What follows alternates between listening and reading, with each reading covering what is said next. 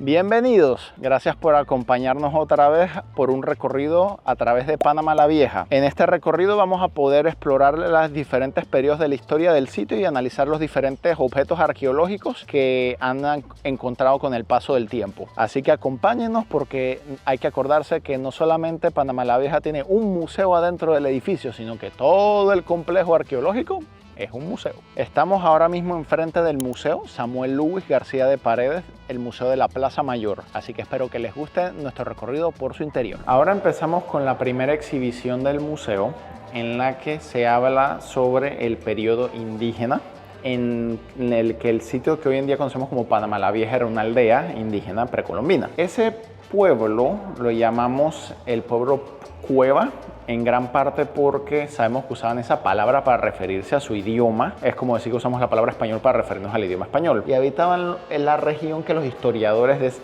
han clasificado para ese periodo como el pueblo de Gran Darién.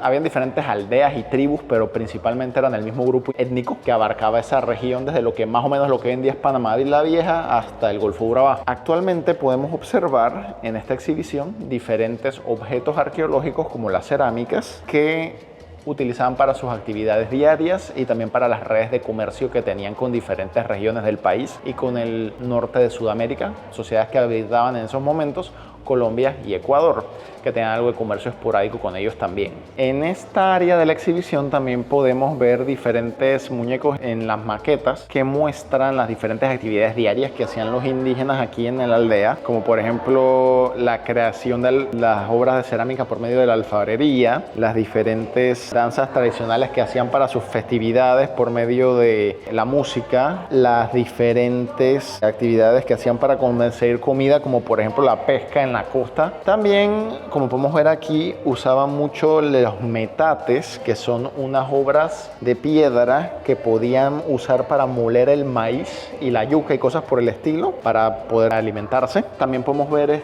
esta muestra de la flauta que utilizaban para su música en sus ferias. Así que sí, hay diferentes objetos que custodia el museo que nos dan un pantallazo de cómo vivían en esos días. Una de las áreas de interés más intrigantes que podemos encontrar en este museo son las prácticas funerarias que tenían los indígenas en este periodo. Dentro de las varias tumbas que se han encontrado aquí en Panamá la Vieja, en el complejo arqueológico, encontramos uno de una mujer que hemos llamado la Señora de Panamá la Vieja, en gran parte porque fue enterrada con este collar que vemos aquí de una concha tallada conocida como Spondylus. La parte interesante sobre esta concha es que ellos la consideraban en esos días, estamos hablando del mediados de los 1200, lo consideraban más valioso que el oro, porque oro tenían en abundancia ellos en ese periodo, en esa región, pero esta concha solamente se encontraba en esos días en una isla justo al norte de Ecuador, así que era sumamente valiosa para ellos y difícil de conseguir.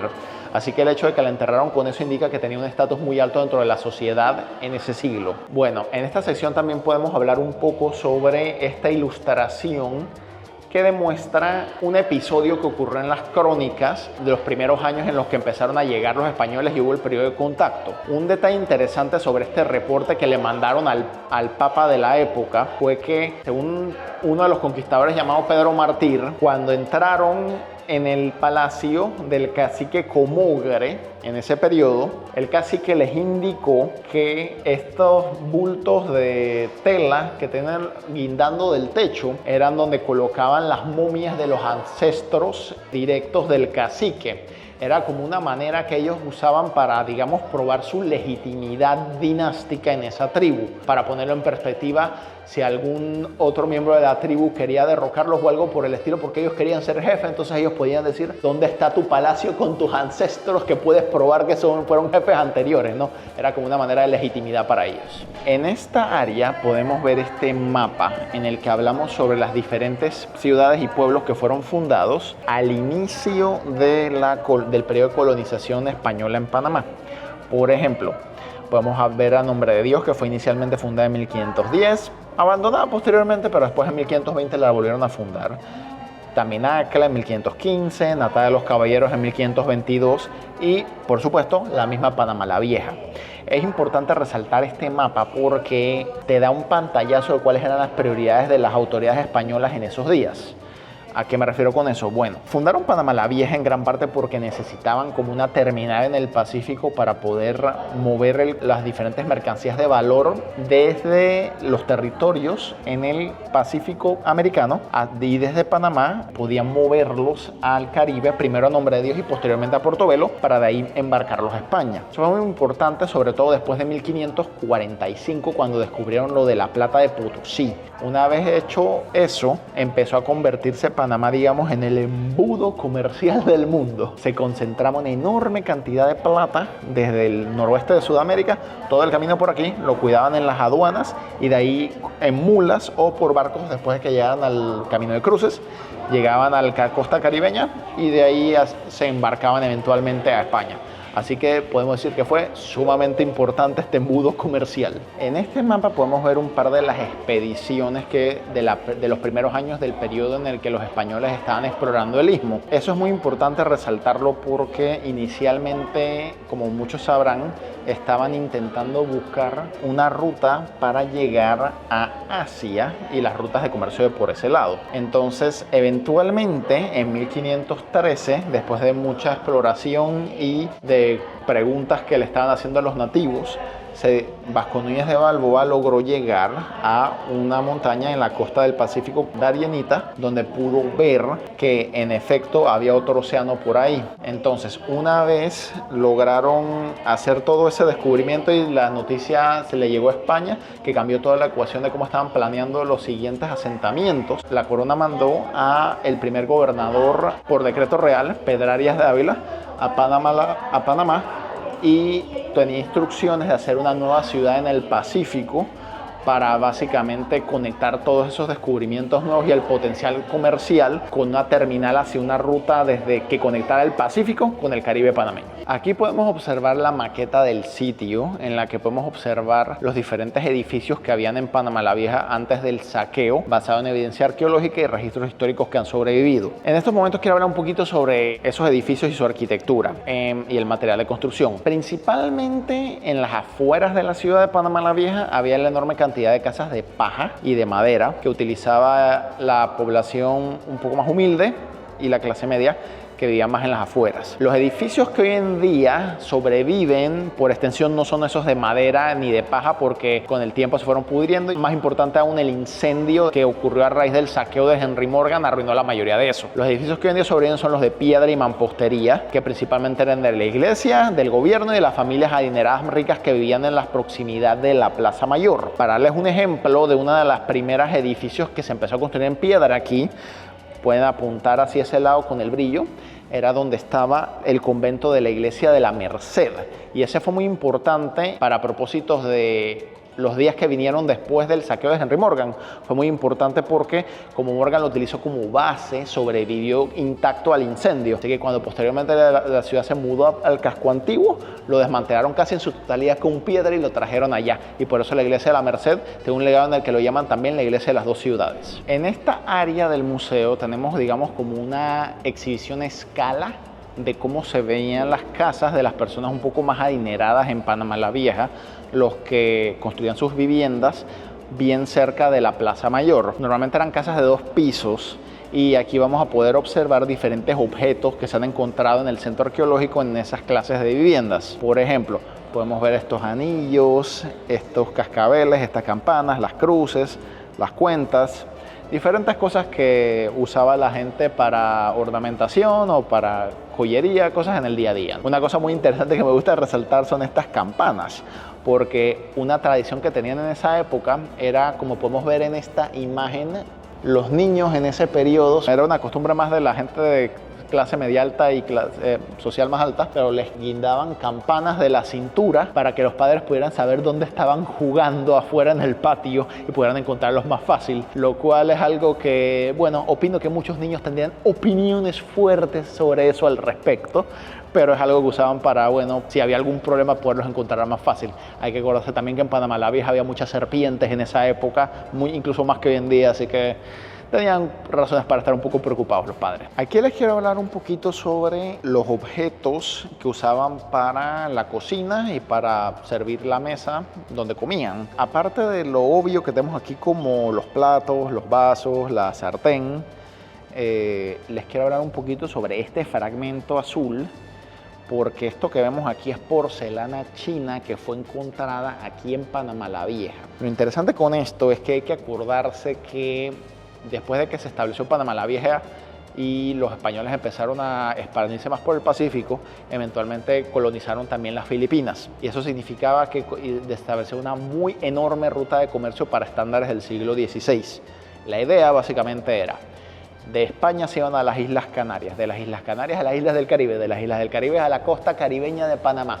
De ahí iban por el camino, por el embudo que les hablé, de tierra, todo el camino a Panamá la Vieja. De ahí la red de comercio los esperaba con un barco que los llevaba a las Filipinas.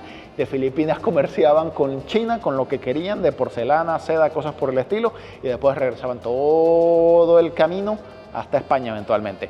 Así que, como me gusta decir, qué internet ni qué internet. La globalización empezó aquí en 1513 cuando descubrieron el Océano Pacífico y empezaron a rellenar los vacíos de los mapas para los europeos y sus flotas, y este es evidencia sobre ese tema. Y otra cosa que utilizaban los padres también para poder estar atentos de sus hijos cuando jugaban por ahí, aparte de lo de las campanas que les comenté, era que las casas tenían estos balcones en el segundo piso, cosas como estas, pero dirigiéndose hacia afuera, y bueno, podían utilizarlos para poder estar atentos de dónde estaban jugando en caso de que había algún problema. Un tema que no es tan cómodo mencionarlo, pero que es importante explicarlo por temas históricos y de enseñanza, es que en este periodo colonial en Panamá la sociedad estaba muy marcada por la desigualdad.